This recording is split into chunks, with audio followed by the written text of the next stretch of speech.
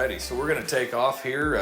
Thank you, everybody, for joining us. This is the Farmer Tan Podcast, and this is the first episode, so we thought we would take a moment and introduce ourselves and just tell you what we got going on. So, Jared, I'll let you go first. Yeah, I'm Jared Hayden from Farnham. Grew up in Farnham.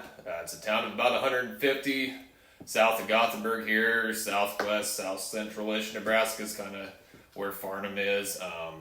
I farm and ranch, do some day work, kind of work with Dad, do my own, got my own operation, got 2 kids. I got Cole, who is 6, Elliot, who's 4, my wife, Molly, and we're expecting a 3rd late October. So other than that, I guess don't have much else. I'll just see what Jake has to say and see if I remember anything. Yeah, right. So I think we are done expanding our family. So we are gonna. We thought so too. Yeah. I should not tempt fate like that, I guess. But we've got 2 boys. They're both ornery. At the right time of year, they're only just a little bit apart. So they're 10 and 11 right now. Tanner and Owen. My name is Jake Fairley, and so we're from in between Gothenburg and Brady. On the south side of the interstate kind of here. And I'm going to call it central Nebraska. I don't know if we want to go south central or... That's a whole podcast in itself. Yeah, we'll touch on that later. But we're central Nebraska. We are certainly not western Nebraska. And we're the real Midwest. Shots fired at western Nebraska here. Yeah, well, we have a lot of friends out there. We love western Nebraska. That's just not where we live. But... and we're the real Midwest, not when the weatherman points at Ohio and says it's going to be rainy in the Midwest. So we love you guys in Ohio for sure, but you're not the Midwest. So I'm sorry about that. But yeah, stirring the pot, first one. Yeah, right off the line, we gotta get this thing going. But we are. My wife Erin, we are part owners of the feed store here in Gothenburg, so that takes a fair amount of our time. We also ranch. We got a cow-calf deal there up against the South Hills between Gothenburg and Brady, and then we grow a bunch of feed and that sort of thing, grow hay and sell hay and that sort of thing too. 2 ornery little boys, Tanner and Owen. Like I said before, they're 10 and 11, and we spend a good chunk of summer, playing baseball and doing that kind of thing. So, that is who we are, I guess. I grew up in southeast Nebraska, down in a little town called Fairbury. I grew up on a dairy farm, about 3.5 hours from where I live now. I thought 3.5 hours was sufficient to not have to go home and help milk and do chores, and it just about is. And, so yeah, great way to grow up. Didn't want to live that way forever and ever. So met my wife at the University of Nebraska in Lincoln when we were going to college down there. And we decided to get married and move out here and start our own deal here. So that is what we're doing. Gosh, Jared, how long has it been? We've been talking about this podcast for a year and a half. I was going to say 2, so a year and a half to be close. Yeah, 2 years, somewhere in there. There's been several podcasts not recorded. Yeah, right. We wanted to start something that was entertaining. We may be informative. If we are, we assure you it's strictly by accident. That is not our intent, but we kind of just want to be entertaining, give you a look into, our daily lives, I guess, a little bit. We have had many half-hour conversations that raged out of control and got into 2 and 3 hours, and we thought, man, if we would have just hit record on something, we could have had a podcast done already. And so we decided to officially go ahead and start it. And so that's kind of what we're doing. I appreciate, there's a bunch of podcasts that I listen to that are kind of ag-related, and I like the conversation ones. You're out in the tractor cutting hay or baling hay or whatever, and it's just fun to put those on and listen and see what other guys are doing. And so that is kind of our goal. That's sort of what we've aimed it for, to just be tractor cab entertainment, I guess. But we wanted to make sure that it was something that, you could recommend to your mother or listen to with your kids or tell your pastor about, and that they would all be okay with it too. And, so we just wanted to keep it just kind of light, clean, and enjoyable for everybody. And so that's our goal, I guess. And I don't know. What else you got, Jared? No, I was just thinking along those lines. A lot of the ag podcasts are either strictly educational or, yeah, like you said, sometimes you're just not sure if you can throw it on in the car with your entire family. So we just thought of the void. And then a lot of them end up kind of in the heart of the Corn Belt. And we're kind of both livestock and farm. So we kind of encompass two different areas. I haven't heard a lot that kind of delve into that. Plus, Jake running the feed store. I've had experience with other part-time jobs. So I feel like we're kind of jacks of all trades, masters of none. Yeah. So I think we can kind of touch on several industries and, just know enough about several things to be, just woefully wrong on several things. Incredibly dangerous. Yeah. But, everything expressed here is strictly our opinion, and it is usually incorrect. But don't sue us. No, but that has never stopped us from touting it like fact. No. So. I mean, you say it confident enough. I mean, it's believable. Yeah, so right. It's a good motto to live by. Just say it with your chest, and people probably believe it's true. Yeah, that's right. And what did you always say, Jared? Don't let facts get in the way of a good story. Good argument. Yeah. Yeah. So both. Yeah. Both, really. Yeah. So we've never let facts get in the way. They certainly won't now. I refuse to consider myself operating in fringe acres, though. I know you see that from time to time. Guys talk about fringe acres. We grow good enough corn out here. We're not fringe acres. Yeah. I mean, that's another podcast. We can start a corn war, but and we might at some point if anybody cares enough to listen. But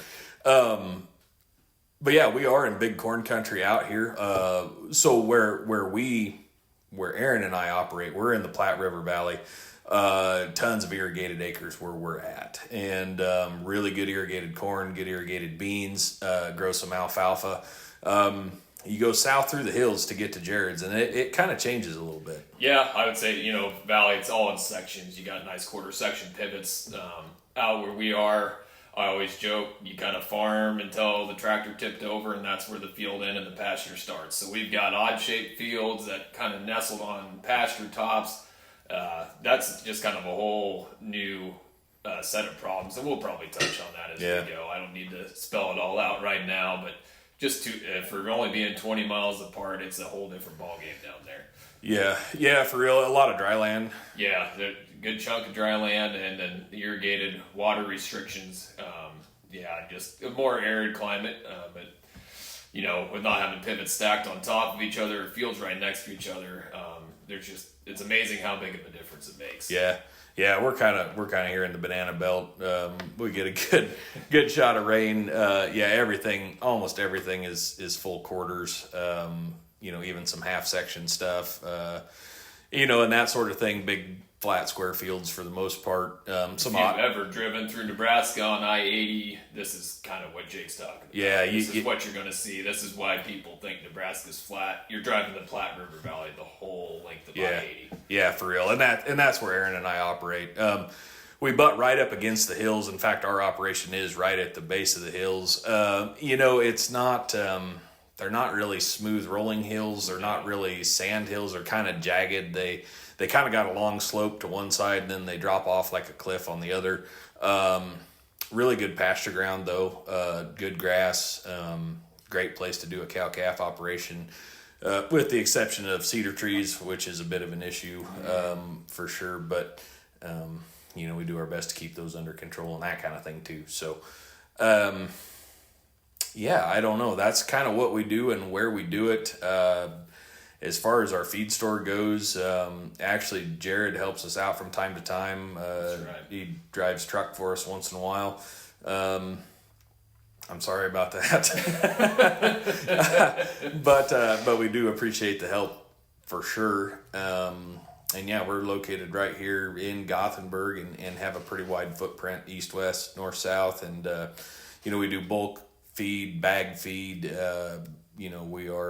We are a dealer for Purina, and this is not sponsored by them or associated with them, but that is who we sell, and then we do grind and mix on our own and that sort of thing too. So pretty well keeps us busy, I guess. I don't think either one of us are bored very often. Not at all.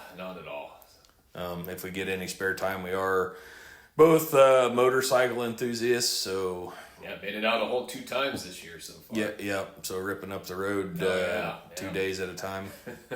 And so yeah, we both, we're not quite Harley cool, but we are cruisers. So I guess, I don't know. That's maybe a step above Wild Hogs the movie, but definitely not Hell's Angels. no. Yeah. Right. We're just farmers that ride motorcycles once in a while. Just another piece of equipment we've mastered, right? Yeah, that's right. So we'll probably talk about that too at some point along the way. Both avid coffee drinkers for sure. Oh, yeah. Shout out to Black Rifle Coffee Company people.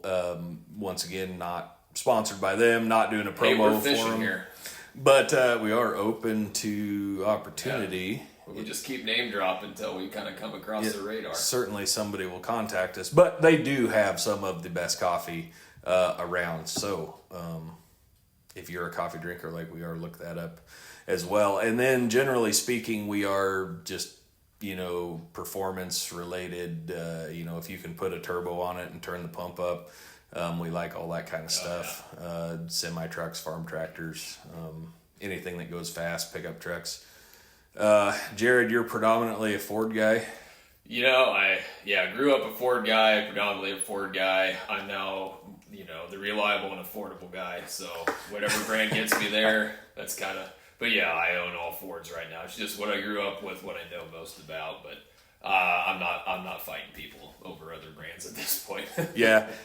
We grew up on good deals, and so Right.